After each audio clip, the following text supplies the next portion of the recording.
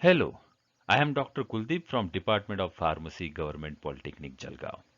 I welcome you all in this video lecture series on biochemistry and clinical pharmacy, specially designed for diploma first year pharmacy students. This video lecture is on carbohydrates. Let's see the learning objectives of this video lecture. After going through this video lecture, you will be able to define carbohydrates with their examples, enlist the function of carbohydrates, classify them with suitable examples, give structural configuration of monosaccharides. Special emphasis will given on glucose and fructose. Draw the structures of epimers, isomers and anomers of glucose. Enlist diseases related to carbohydrates metabolism. And last one, draw the structure of various carbohydrates. Let's see them one by one. Carbohydrates are the most abundant organic molecules in nature. They are primarily composed of the elements carbon, hydrogen, and oxygen. The name carbohydrate literally means hydrates of carbon. Some of the carbohydrates possesses the empirical formula as CH2ON, where N is equal to or greater than 3. However, there are several non-carbohydrate compounds like acetic acid, lactic acid, which also appear as hydrates of carbon. Further, some of the genuine carbohydrates like rhamnohexose, deoxyribose do not satisfy the general formula. Hence, carbohydrates cannot be always considered as hydrates of carbon. Let's see the definition. Carbohydrates may be defined as polyhydroxyaldehydes or ketones, or compounds which produce them on hydrolysis. The term sugar is applied to carbohydrates soluble in water and sweet to taste. This slide will demonstrate the functions of carbohydrates. The first and foremost function is carbohydrates are the most abundant dietary source of energy. They will give 4 calories per gram of carbohydrate for all the organisms. Carbohydrates are precursor for many organic compounds like fats, amino acid, etc. Carbohydrates as glycoproteins and glycolipids participate in the structure of the cell membrane and cellular functions such as cell growth, adhesion, and fertilization. They are structural components of many organisms. These include the fiber of plants, exoskeleton of some insects, and the cell wall of microorganisms. Carbohydrates are also serve as storage form of energy, like glycogen, to meet the immediate energy demands of the body. Moreover, carbohydrates useful for metabolism or removal of the drug from the body. The second phase of metabolism, that is conjugation reaction, and one of the example is glucuronic acid conjugation, that is also takes place because of the carbohydrates. Glycosides also possesses some physiological importance. Some important glycosides physiologically are glucovanillin, cardiac glycosides, streptomycin, and obein. Glucovanillin, a vanillin deglucosides, a natural substance that imparts vanilla flavor, which is used in the ice cream. Steroidal glycosides isolated from foxglove leaves, that are digoxin and digitoxin, contain a glycon steroid that is helpful to stimulate cardiac muscle contraction, and due to this property they are used in congestive heart failure. Streptomycin is isolated from Streptomyces griseus, which is used as an antibiotic in the treatment of tuberculosis, and obane inhibits potassium sodium ATPase pump and blocks the active transport of sodium. Let us see the classification of carbohydrates. Carbohydrates are often referred to as saccharides. They are broadly classified into three major groups like monosaccharide, oligosaccharide, and polysaccharide. This categorization is based on the number of sugar units. Mono and oligosaccharides are sweet to taste, crystalline in character and soluble in water. Hence, they are commonly known as sugars.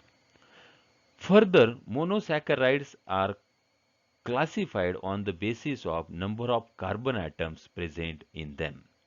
Like trioses contains 3 carbon atoms. Examples are glyceraldehyde dihydroxyacetone. Tetroses contain 4 carbon atoms. Examples are erythrose, threose. Pentoses contain 5 carbon atoms. Hexoses contain 6 carbon atoms and heptoses contain 7 carbon atoms. Oligosaccharides are also classified into different types on the basis of hydrolysis product. Disaccharides on hydrolysis yield 2 monosaccharide units. Examples are maltose and sucrose. Trisaccharides yields 3 monosaccharides on hydrolysis. Tetrasaccharides yield 4 monosaccharides on hydrolysis, whereas pentasaccharides yield 5 monosaccharides on hydrolysis. The polysaccharides is again classified into two types. Homopolysaccharides, where on hydrolysis they are responsible to produce same types of monosaccharide, whereas heteropolysaccharides yield different types of monosaccharides on hydrolysis. The example of homopolysaccharides are starch and glycogen, and examples of heteropolysaccharides are heparin and pectin. Let us see the monosaccharides. These are the simplest group of carbohydrates and are often referred to as simple sugars. They have the general formula CnH2ON and they cannot be further hydrolyzed into simple sugars. The monosaccharides are divided into different categories based on the functional group and the number of carbon atoms. Like aldoses, the functional group is aldehyde, that is depicted here. Whereas ketoses, the functional group is ketone, that is also depicted here. Based on the number of carbon atoms, the monosaccharides are regarded as trioses, tetroses, pentoses, hexoses, and heptoses. The term aldoses and ketoses along with functional groups are used while naming monosaccharides. For instance, glucose is a aldohexose while fructose is ketohexose. The example of trioses is given in this picture. Both are containing 3 carbon atoms, but the functional groups are different. One contains a functional group as aldehyde and the name is glyceraldehyde, whereas dihydroxyacetone contains functional group as ketone. Erythrose is an example of tetroses that contains 4 carbon atoms. The functional group is present as aldehyde group. In pentoses, the 5 carbon atoms are present. In the structure of the ribose, the functional group is aldehyde, whereas in the structure of ribulose, which also contains 5 carbon atoms, but the functional group is ketone. This is also true for hexoses.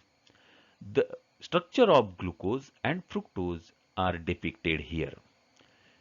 In the glucose, the functional group is aldehyde and in fructose, the functional group is ketone. Both having same molecular formula but different functional groups are present in their structure. Pseudoheptulose is the example of heptose sugar. It contains 7 carbon atoms and the functional group is ketone. Stereoisomerism is an important character of monosaccharides. Stereoisomers are the compounds that have the same structural formulae but differ in their spatial configuration. The D and L isomers are mirror images of each other. The spatial orientation of hydrogen and hydroxyl groups on the carbon atom, say C5 for glucose, that is adjacent to the terminal primary alcohol carbon determines whether the sugar is a D or L isomer. If the OH group is on the right side, the sugar is of D series. And if on the left side, it belongs to L series. The structure of D and L glucose is based on the reference monosaccharide. It may be noted that the naturally occurring monosaccharides in the mammalian tissue are mostly of D configuration. The enzyme machinery of cells is specific to metabolize D series of monosaccharides. In the medical practice, the term dextrose is used for glucose in solution. Remember, my dear students, dextrose is used for glucose in solution. This is because of the dextrorotatory nature of glucose. Optical activity is a characteristic feature of compounds with asymmetric carbon atom. A carbon atom which is attached to 4 different atoms or group of atoms is called asymmetric carbon atom. When a beam of polarized light is passed through a solution of an optical isomer, it will be rotated either to the right or the left. The term dextrorotatory and levorotatory are used to compounds that respectively rotate the plane of polarized light to the right or to the left. Racemic mixture is D and L isomers are present in equal concentration. Racemic mixture is also known as DL mixture. Racemic mixture does not exhibit any optical activity since the dextro and levorotatory activities cancel each other. Optical activity is measured using a polarized source and polarimeter. This is a tool particularly used in the sugar industry to measure the sugar concentration of syrup and generally in chemistry to measure the concentration of enantiomeric ratio of chiral molecules in solution. The light source, which is unpolarized, is converted into polarized light with the help of polarizer. When such a polarized light passes through a solution of optically active substances, then it can able to rotate the plane of polarized light either to the right or either to the left. On the basis of rotation, it is designated as dextrorotatory or levorotatory. These are 5 ketose sugars which are physiologically important and their names are dihydroxyacetone, D-xylulose, D-ribulose, D-fructose and D-pseudoheptulose. Let's see about epimers. If two monosaccharides are differ from each other in their configuration around single specific asymmetric carbon atom, then they are epimers to each other. What is anomeric carbon? It is the carbon derived from the carbonyl carbon compound of the open chain form of the carbohydrate molecule. Let us see it with an example. Glucose and mannose are epimers with regard to carbon 2. They are called C2 epimers.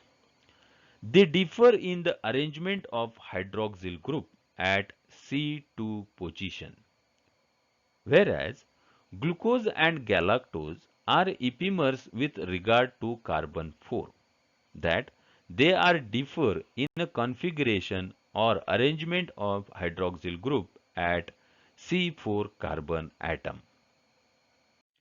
Stereoisomerism or spatial isomerism is a form of isomerism in which molecules have the same molecular formula and sequence of bonded atoms, but differ in the three-dimensional orientation of their atoms in space. Enantiomers, also known as optical isomers, are two stereoisomers that are related to each other by a reflection. They are mirror images of each other that are non-superimposable. The structure of glucose contains four asymmetric carbon atoms or stereocenters, or they are stereogenic, and hence it contains 2 raised to power 4, that is 16 possible stereomers. Out of that, 2 are enantiomers and remaining 14 are diastereomers. The two enantiomers of glucose, that is D-glucose and L-glucose, are depicted here.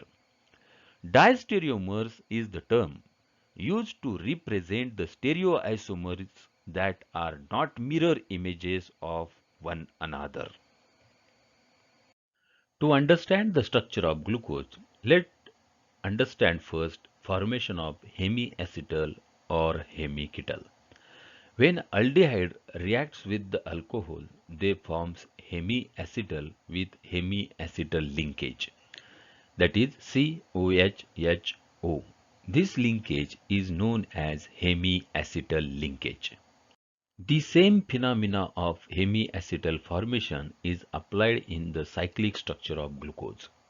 The hydroxyl group of monosaccharides can react with its own aldehyde or keto functional group to form hemiacetal or hemiketal.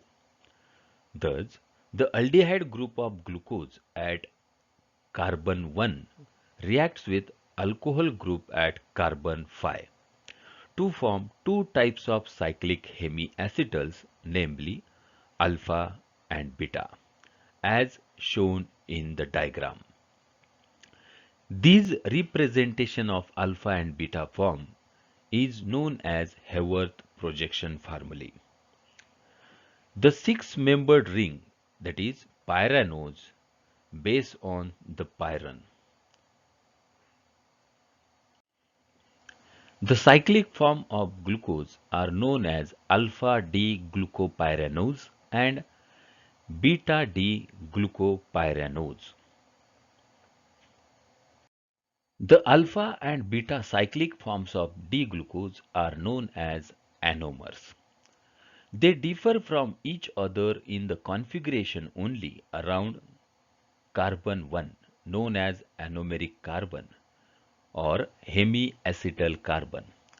In case of alpha anomer, the hydroxyl group held by the anomeric carbon is on the opposite side of the group CH2OH of sugar ring. The reverse is true for beta anomer.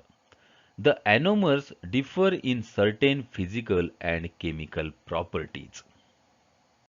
Let's see the cyclic structure formation of fructose. As we discussed the formation of hemiacetal or hemiketal, in the structure of fructose, the ketone group at C2 position reacts with the hydroxyl group at C6, and that is producing a pyran ring and subsequent alpha D fructopyranose and beta D fructopyranose. Another formation is also possible in the structure of fructose. Let's see that. When ketone group at C2 position it reacts with hydroxyl group at C5 position, the resulting formation of structure is alpha D fructofuranose and beta D fructofuranose. The five-membered oxygen ring is furan. Here is the structure of alpha-D-glucopyranose, the cyclic structure of glucose, and beta-D-fructofuranose, the cyclic structure of fructose, are given. Let us see the different illustrations of alpha-D-glucopyranose. They are illustrated in a different way. The first illustration is Tollens, second is Haworth, third is Chair, and fourth is absolute stereo structure depiction. The alpha and beta anomers of glucose have different optical rotations.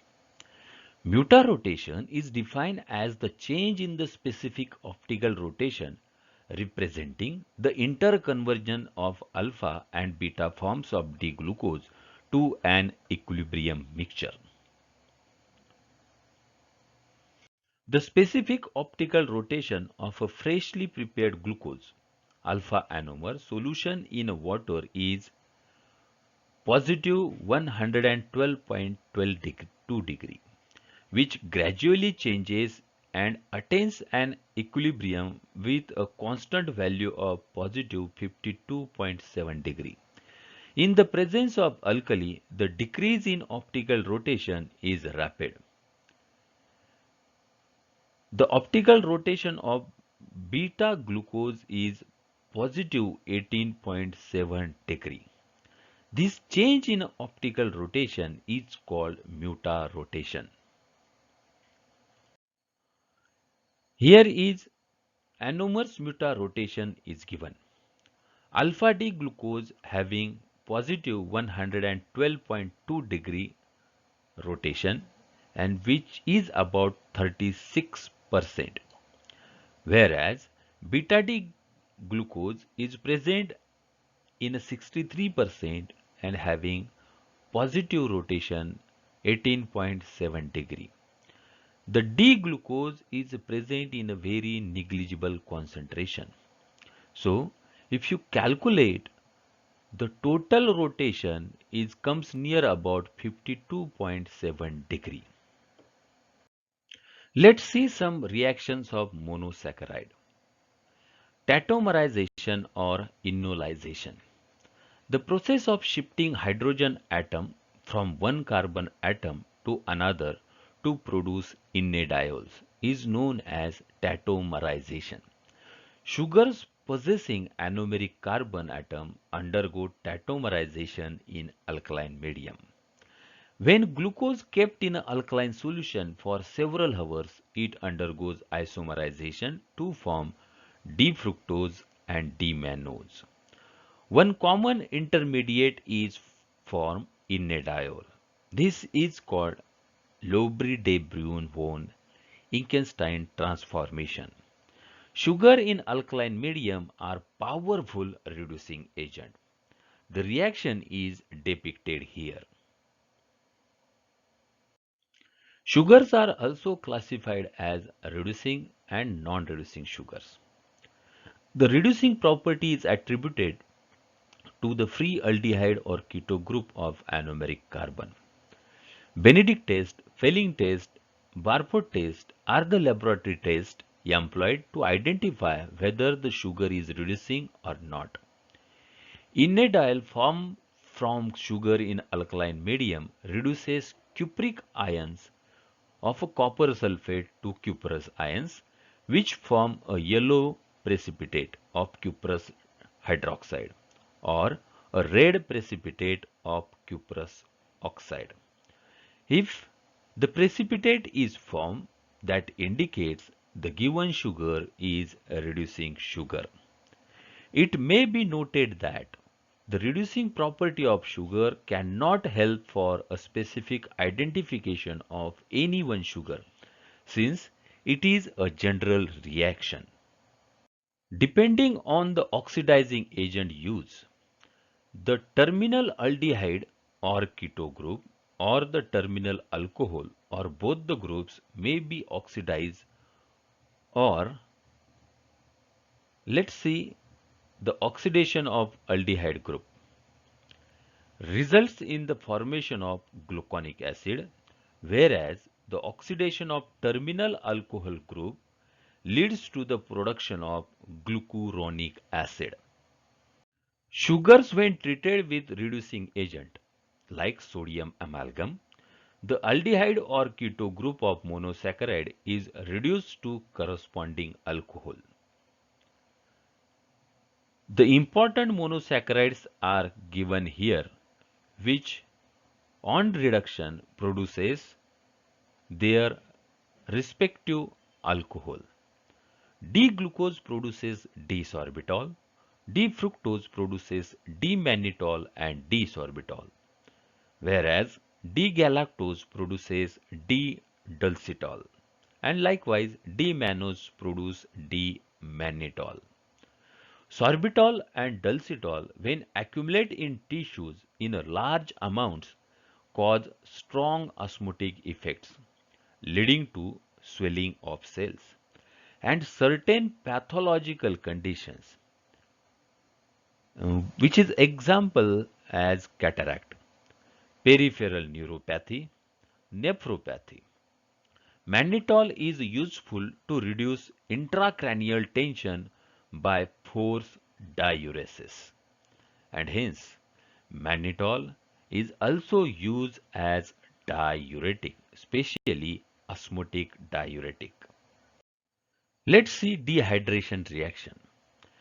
Monosaccharides, when treated with concentrated sulfuric acid, they undergo dehydration.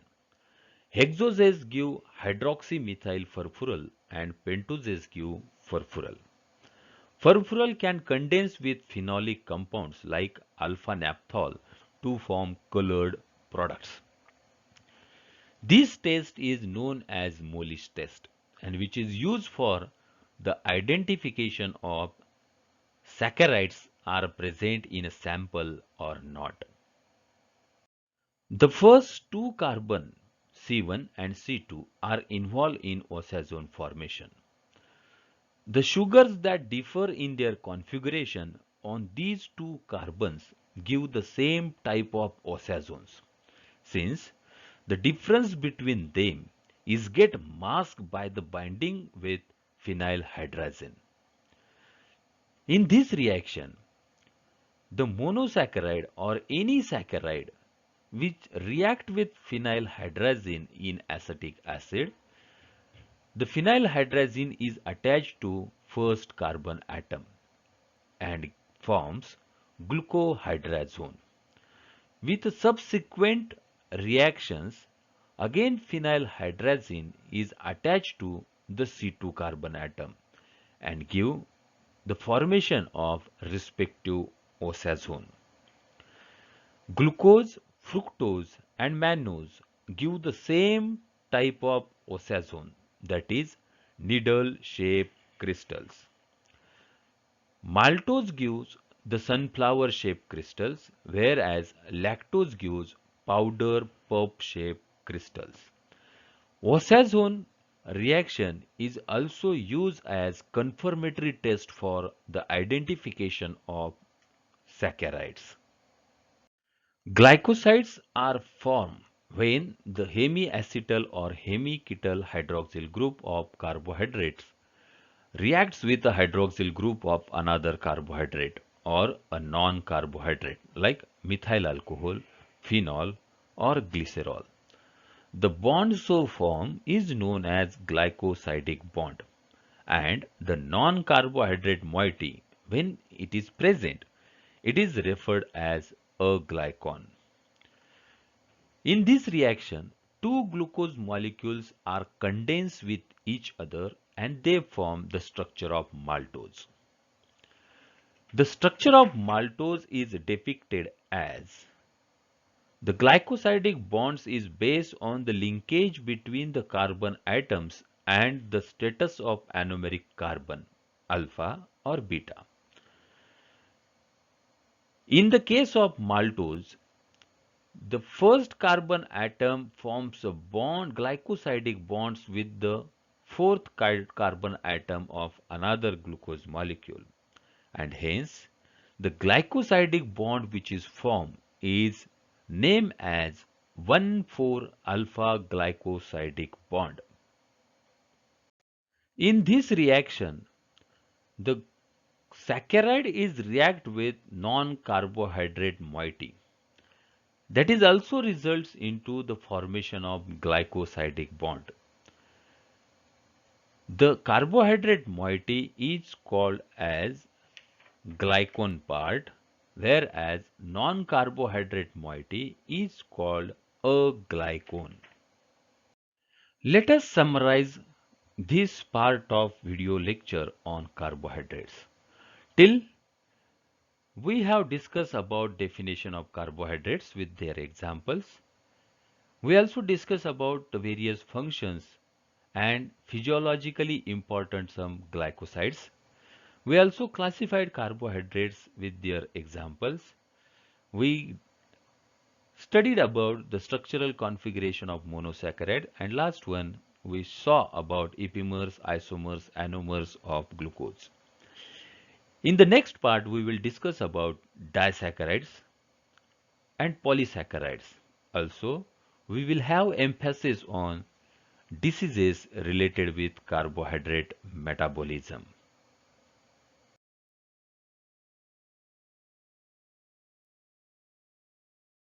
If you like this video, then do not forget to subscribe to the channel and remember to share it with your friends. Till then, happy learning. Bye bye.